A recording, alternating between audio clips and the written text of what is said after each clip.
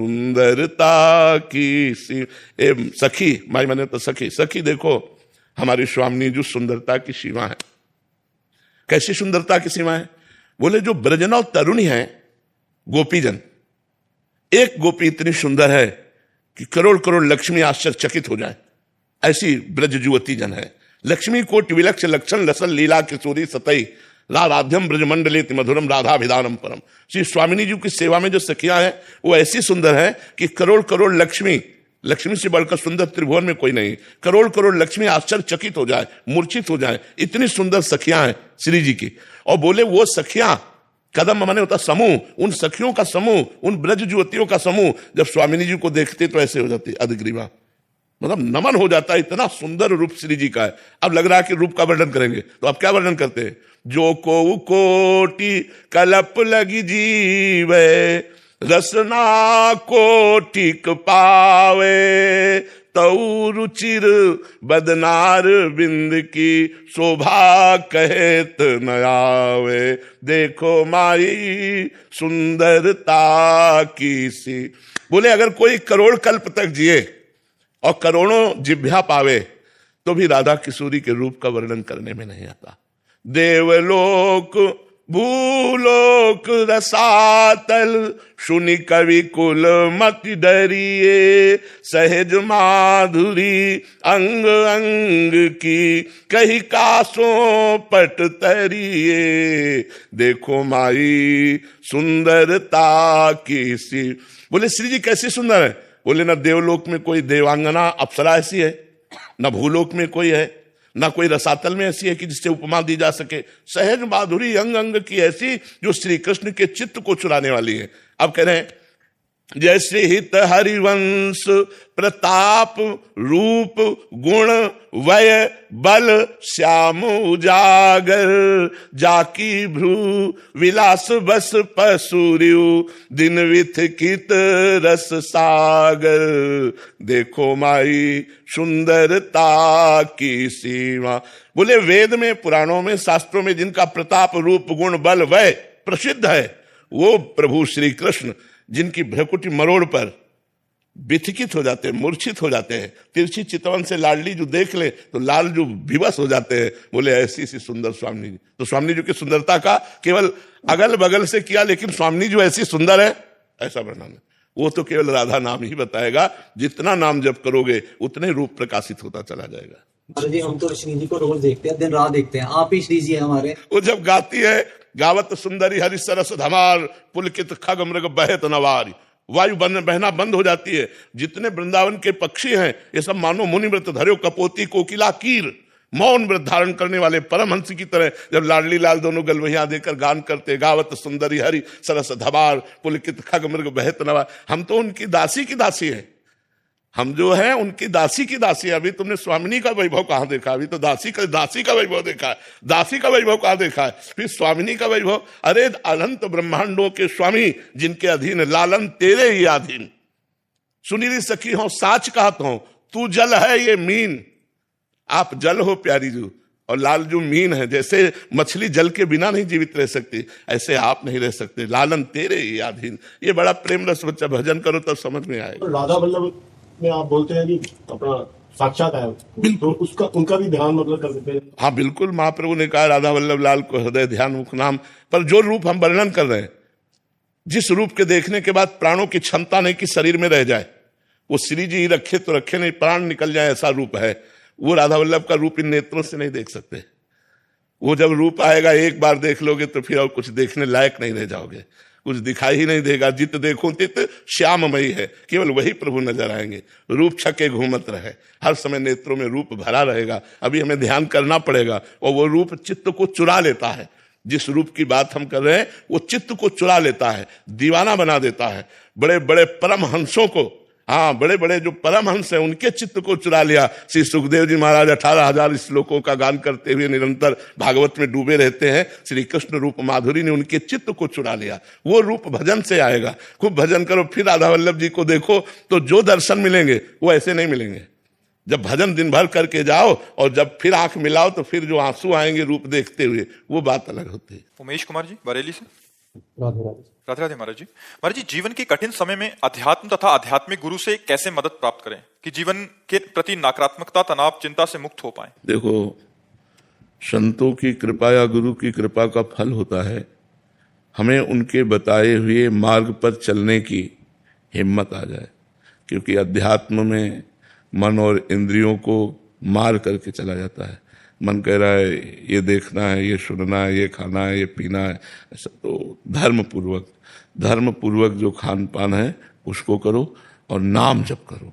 अगर नाम जप करोगे तो आप में आध्यात्मिक पावर जागृत होगा और उसी पावर से हम काम, क्रोध, लोभ, मोह, मद, मत्सर जो हमारी विपत्ति का कारण है, विपत्ति का कारण पाप है और पाप का मूल वासना है। ये वासना के क्षेत्र हैं, काम, क्रोध, लोभ, मोह।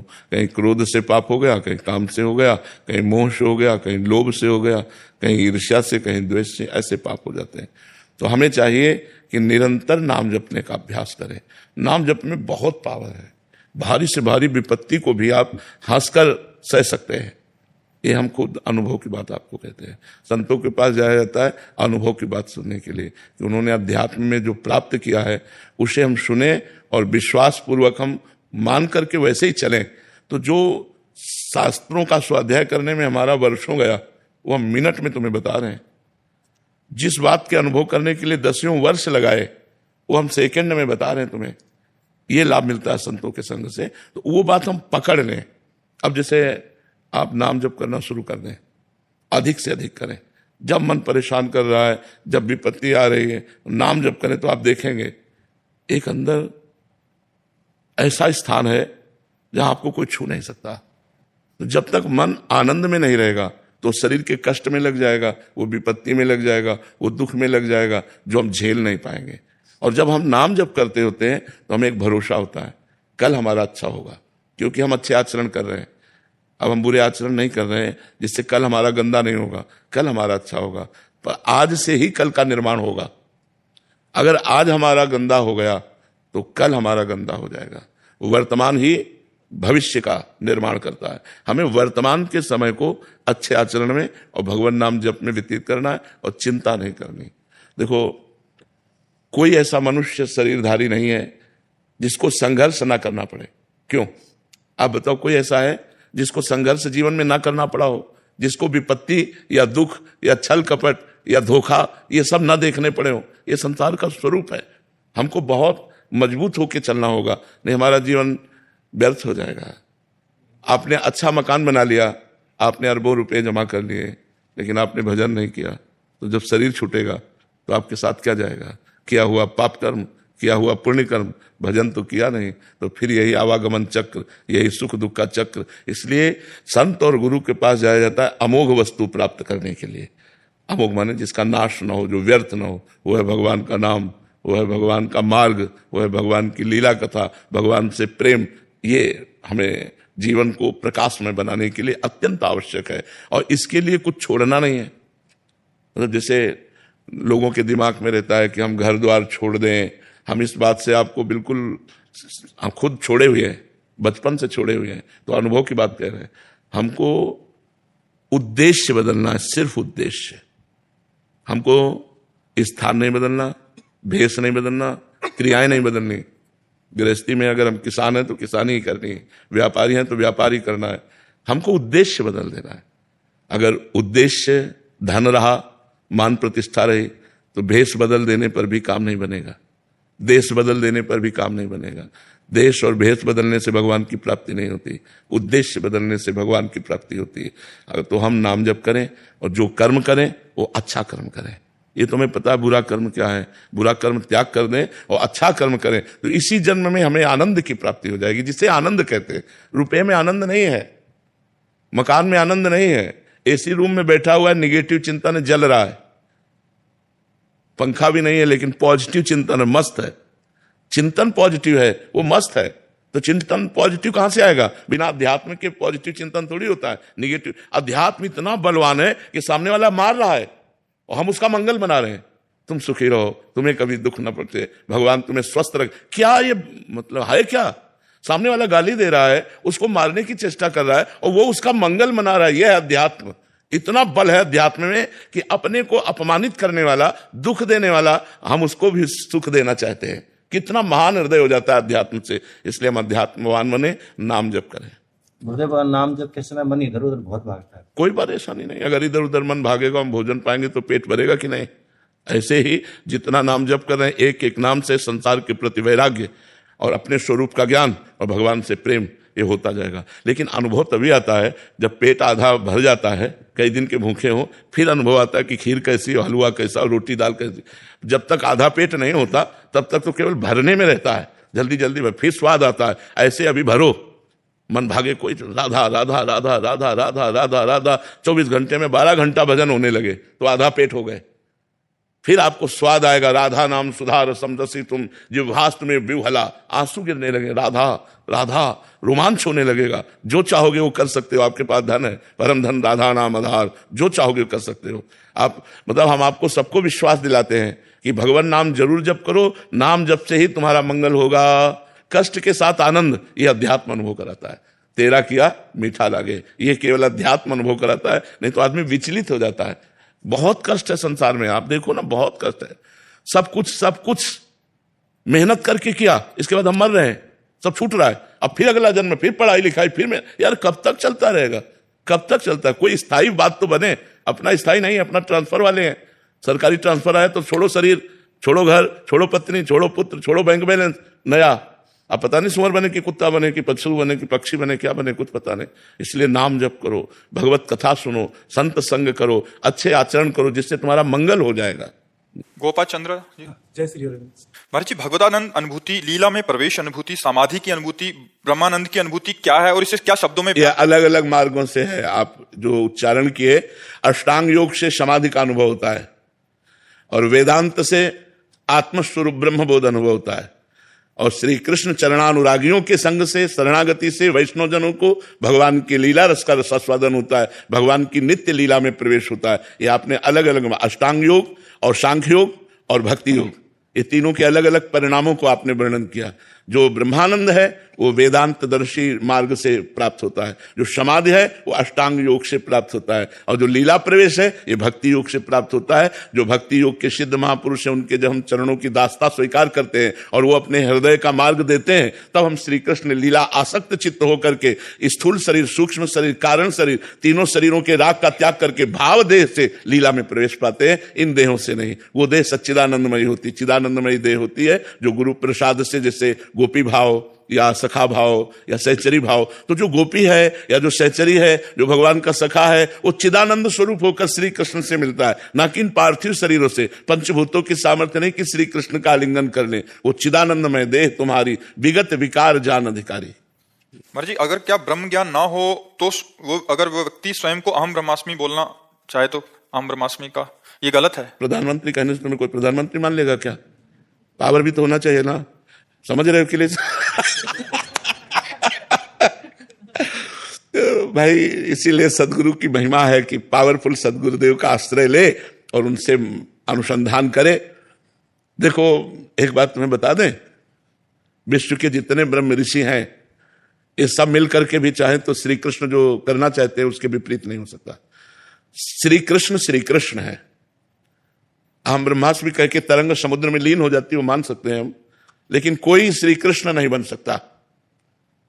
श्री कृष्ण अद्वितीय है, पर ब्रह्म है, अद्वितीय है, उनकी समानता कोई नहीं कर सकता। हाँ, अभेद भाव की एक भक्ति है, वेदांत दर्शन उसके द्वारा। पर श्री कृष्ण, अगर कोई ब्रह्म ऋषि अपने मुख में अग्नि को रख सके तो बताओ।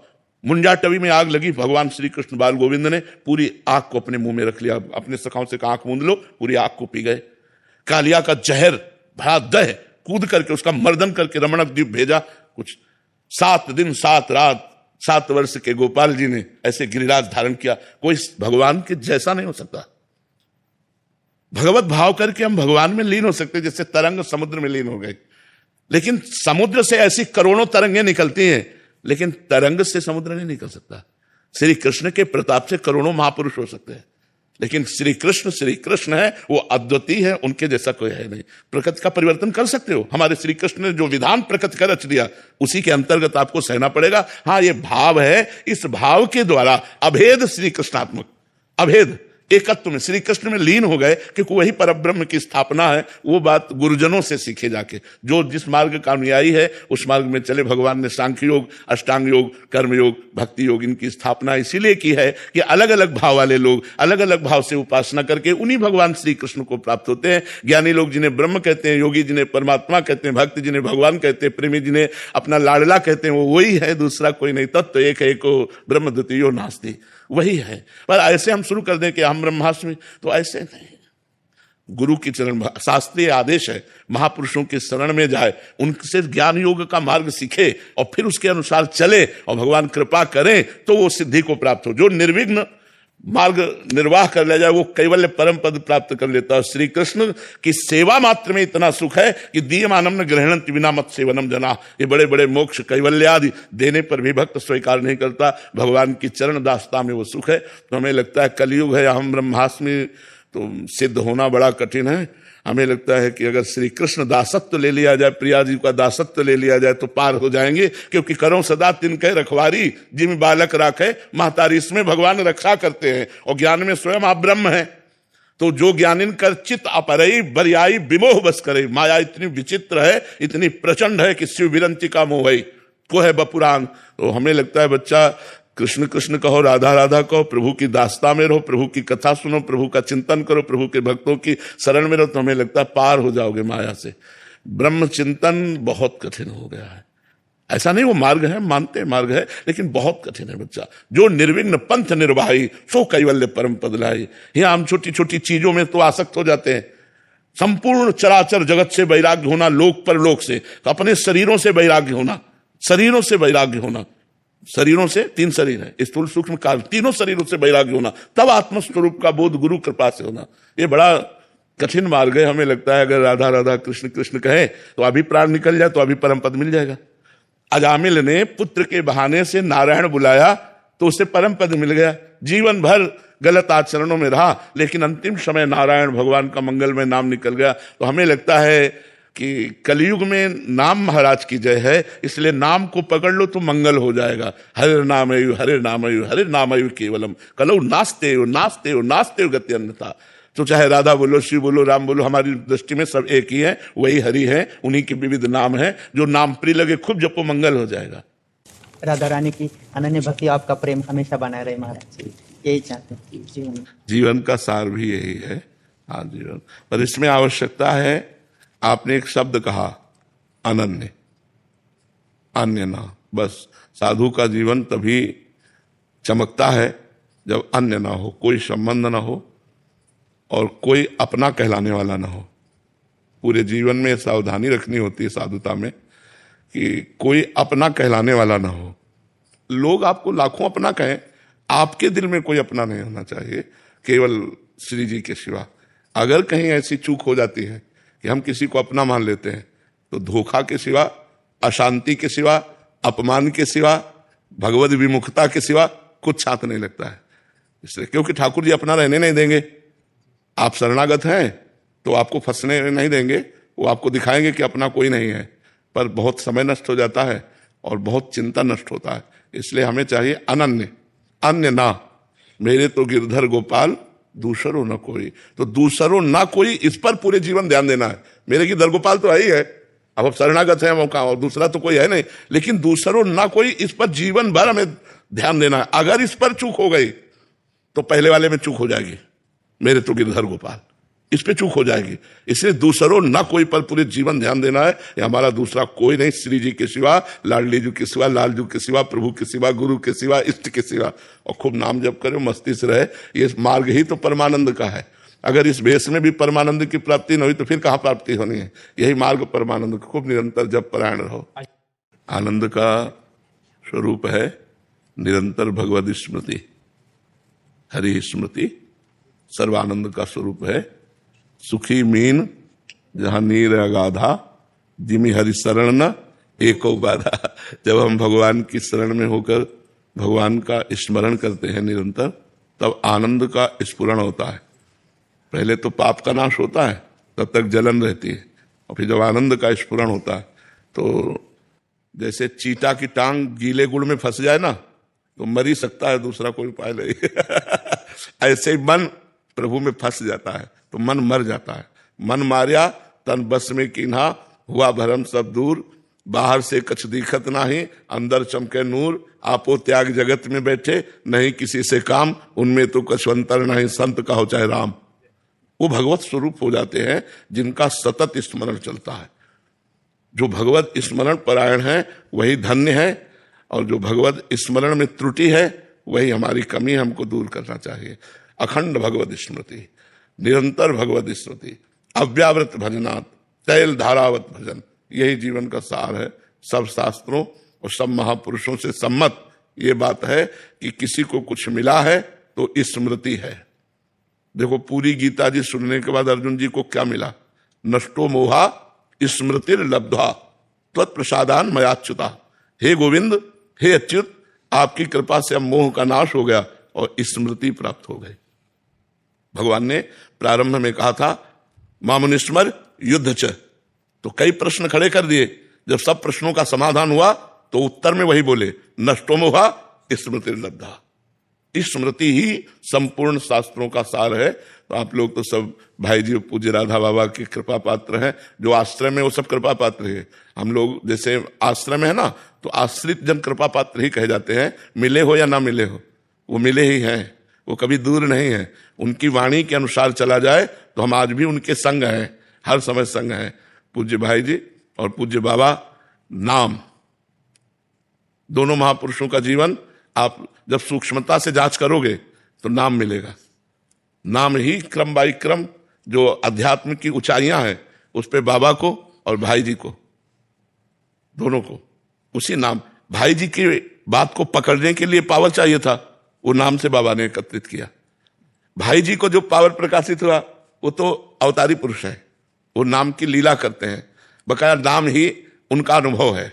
उन्होंने यही कहा मेरी प्रथम और आखिरी अंतिम यही अनुभूति है कि नाम जब किया जाए निर्वाह भगवान करेंगे और निश्चित भगवत प्राप्ति होगी। तो भगवत स्मृति, उठते बैठते चलते फिरते खाते पीते सोते जागते हर समय नाम भगवान का यदि हमारी जिह्वा में संस्पर्श है तो हमें भगवत प्राप्ति निश्चित होगी। और ये महापुरुषों का, सब महापुरुषों का, सब साधन कर यह फल सुंदर, प्रभुपद पंकज प्रीति निरंतर।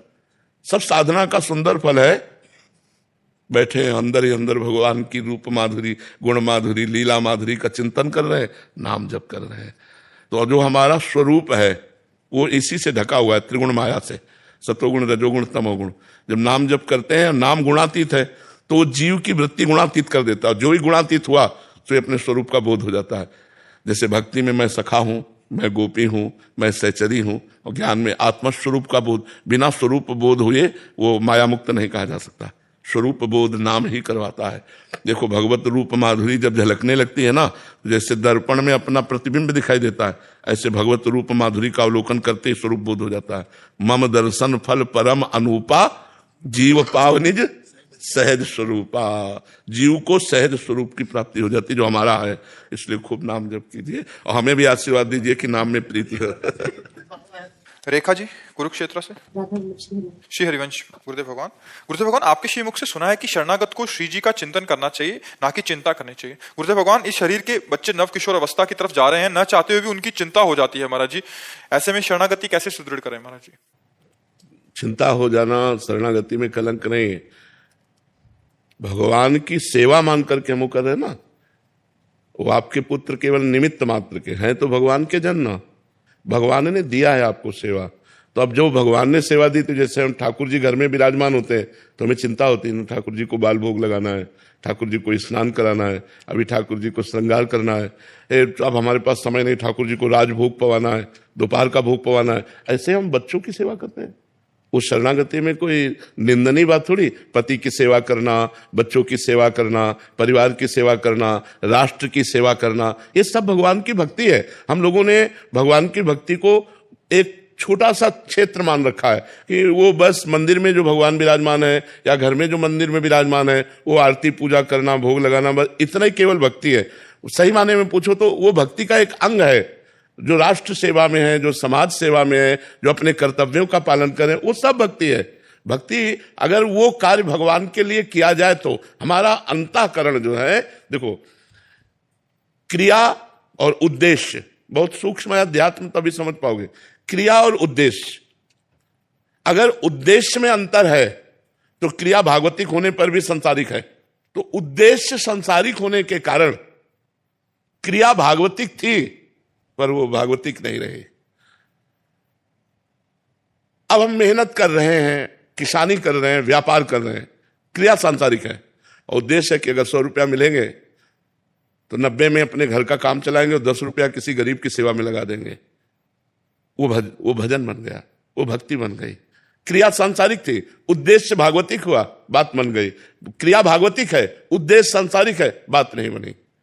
तो हमें देखना है कि संपूर्ण सृष्टि भगवान की है और जिसको जितनी सेवा मिली, जैसे कोई मेले है तो सैकड़ों आदमी उसकी सेवा में, सांसद है हजारों आदमी है, मुख्यमंत्री पूरा प्रदेश है, प्रधानमंत्री पूरा देश है। अब उसको इतनी बड़ी समाज की सेवा भगवान ने योग्यता दी, भगवान ने सेवा दी, तो वो भक्ति हो जाएगी यदि हम भगवान के सिद्धांत के अनुसार भगवान की पूजा मानते हुए करें। तो हमको सेवा दी 4 परिवार वाले। तो हमको ये नहीं मानना कि अब हमें बच्चे के वस्त्र की चिंता है, बच्चे के चरित्र की चिंता है, बच्चे के लिए पढ़ाई की चिंता है, तो वो हमारी भक्ति में बात नहीं। वो अभी हमारी भक्ति है क्योंकि भगवान ने हमको सेवा दी है। आप सुनिए शर्मा जी मोटिवेशनल स्पीकर प्रेरणा देती। हाँ, आधुनिक प्रेरणा के साथ साथ यदि आध्यात्मिक प्रेरणा जुड़ी हो तो बहुत लाभदायक हो, क्योंकि केवल आधुनिक प्रेरणा हमें शांति, विषाद से रहित, भय से रहित, ओवर थिंकिंग से रहित नहीं कर सकती। हमको आध्यात्मिक सूत्र देना पड़ेगा जिससे हमारा मन शांत हो जाए। मन शांति आध्यात्मिक प्राप्त हो, जिससे खूब अर्थ बढ़े, खूब वैभव बढ़े। लेकिन हमारा चित्त केवल अर्थ का ही चिंतन करे तो शांति को प्राप्त नहीं होगा। उसमें नाम चाहिए, बार बार उसको भगवान नाम चिंतन कराए और संयम चाहिए। अर्थ जब बढ़े तो इंद्रियों पर विजय प्राप्त करने की चेष्टा करे, और जब अर्थ नहीं होता तो इंद्रियों को शमन करने की चेष्टा करे भगवान के नाम बल से। नहीं तो ये चिंता, शोक, भय ये बना ही रहेगा। क्यों? क्योंकि न शरीर रहेगा, न पद रहेगा, न बैंक बैलेंस रहेगा, नष्ट हो जाएगा। आज नहीं तो कल फिर हमारा जन्म होगा, फिर हमको यही पढ़ाई, फिर यही क्रम। तो हमें कुछ आध्यात्मिक संपत्ति एकत्रित करनी पड़ेगी जो मृत्यु पर भी विजय दिला सके। वो है भगवान का स्मरण, भगवान का आश्रय। जब जीव भगवान का आश्रय ले लेता है तो उसके हृदय में एक दिव्य बल होता है। शरीर अस्वस्थ, सब प्रतिकूलताएं, फिर भी वो लड़ सकता है। अगर भगवान का चिंतन नहीं तो टूट जाएगा। इसलिए मुझे लगता है कि आप अध्यात्म की तरफ भी उत्साह प्रदान करें। लाखों लोग जैसे जुड़े हैं। छोटा था तो मतलब अब जाके पता लगा कि नाम जब असली जिंदगी का महत्व है। ये तो अब तक यही होता था कि सुबह उठे, रात को सो गए, सुबह उठे, रात को सो गए। आदर्शिक पुस्तक लिखी, आपका आशीर्वाद देना चाहते हैं। जी,